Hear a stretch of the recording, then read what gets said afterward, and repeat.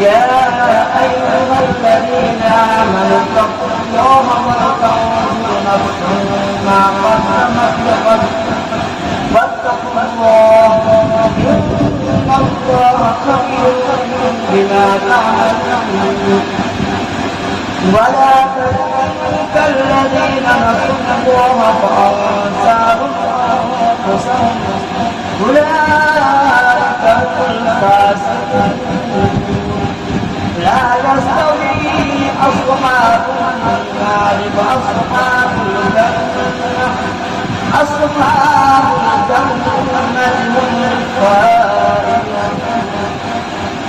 لو أنزلنا هذا القرآن على جبل لرأيته خاشعا